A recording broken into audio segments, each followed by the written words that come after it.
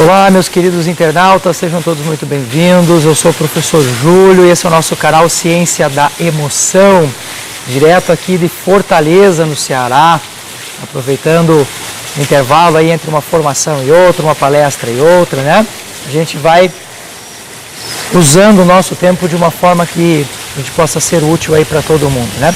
Estava aqui tomando café no hotel na parte da manhã, respondendo aí alguns internautas sobre algumas dúvidas em relação à questão da saúde de uma forma geral, mas especificamente sobre a saúde emocional.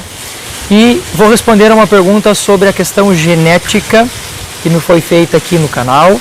E eu já quero fazer essa resposta em forma de vídeo, porque assim todo mundo já sabe, todo mundo já conhece, e eu me sinto muito mais útil fazendo desta forma, tá?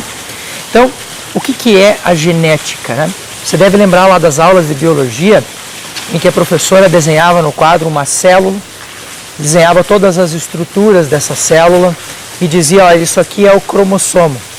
E lá dentro do cromossomo, ela dizia, aqui existe um ácido chamado desoxirribonucleico, o nosso famoso DNA, né? Aquela espiral que contém o nosso DNA, que contém toda a nossa codificação genética. Pois bem, mesmo dentro do DNA, nós temos fragmentos, nós temos elementos menores, que são os nossos genes. O projeto Genoma, feito lá pelos americanos e que o mundo inteiro participou, inclusive o Brasil, conseguiu decifrar o nosso código genético. E o programa mostrou que nós temos cerca, mais ou menos, em torno de 22 mil genes. Então, cada célulazinha que você tem cerca de 22 mil genes. E o que é o gene? O gene é essa unidade menor de codificação hereditária que contém as nossas características, que contém as nossas funções corporais, que determina a cor do seu cabelo, que tamanho você vai ter e assim por diante. Então, o gene ele é extremamente importante porque ele vai dizer o que nós temos em termos de predisposição. E a pergunta da internauta foi exatamente essa. Júlio, eu sei que na minha família eu tenho uma série de doenças, barará, barará, barará. Eu vou ter também? Depende de uma série de coisas. Claro que essa estrutura genética ela é muito determinante. Eu, Júlio César, do lado do meu pai, do lado da minha mãe, eu sei que tenho muitas pessoas que têm diabetes. Então é muito provável que a minha codificação genética contenha lá um gene que, quando ativado, desencadeia o processo da diabetes. Porém, contudo, entretanto, todavia, noves fora, existe uma área do conhecimento dentro da biologia e dentro da neurociência, de uma forma geral, que é a epigenética.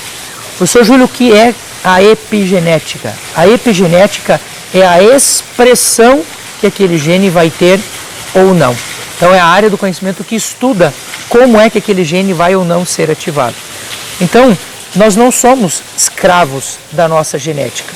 E eu digo isso para você, te dando dois grandes argumentos para você se convencer disso.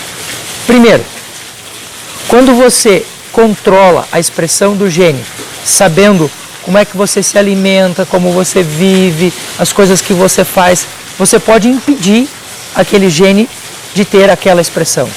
Eu estou aos 40 anos, hoje gravando esse vídeo aos 40 anos, e eu não tenho diabetes.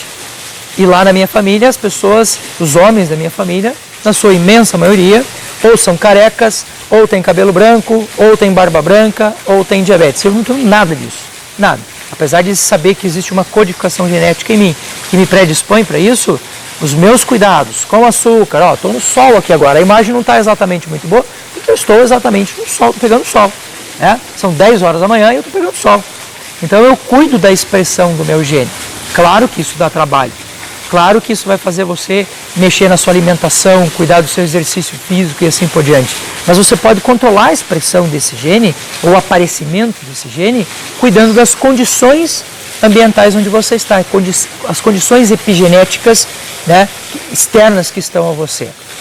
Uma outra questão que eu levanto também sempre é a seguinte. Quando você vai olhar o gene lá dentro do cromossomo, você vai ver que esse gene ele não veio de lugar nenhum. Ele veio de uma codificação muito antiga. Lá num passado muito distante, de tanto nos associarmos a algumas bactérias que fazem algumas funções também no nosso corpo, o nosso corpo englobou essa bactéria e passou a fazer o que essa bactéria faz. Então ele não precisou mais da bactéria. Só que nós temos 22 mil genes. Cada célula nossa tem 22 mil genes. Mas esses 22 mil genes, eles não são suficientes para fazer tudo o que o corpo precisa. Por isso nós continuamos dependentes dessas bactérias. Lá no seu intestino, você tem cerca de 135 trilhões de micro-organismos vivendo lá. Na sua pele, você tem cerca de 25 trilhões de organismos. Nas suas narinas, no seu esôfago, na sua boca, no seu trato vaginal, no seu trato urinário, em todo lugar que você olhar no seu corpo, tem micro-organismo fazendo alguma coisa por você lá.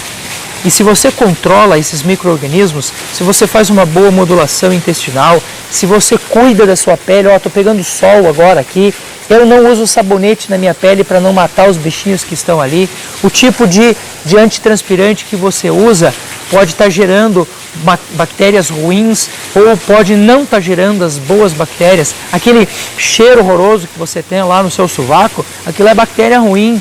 Aquele chulé infernal que você tem lá no seu pé é bactéria ruim.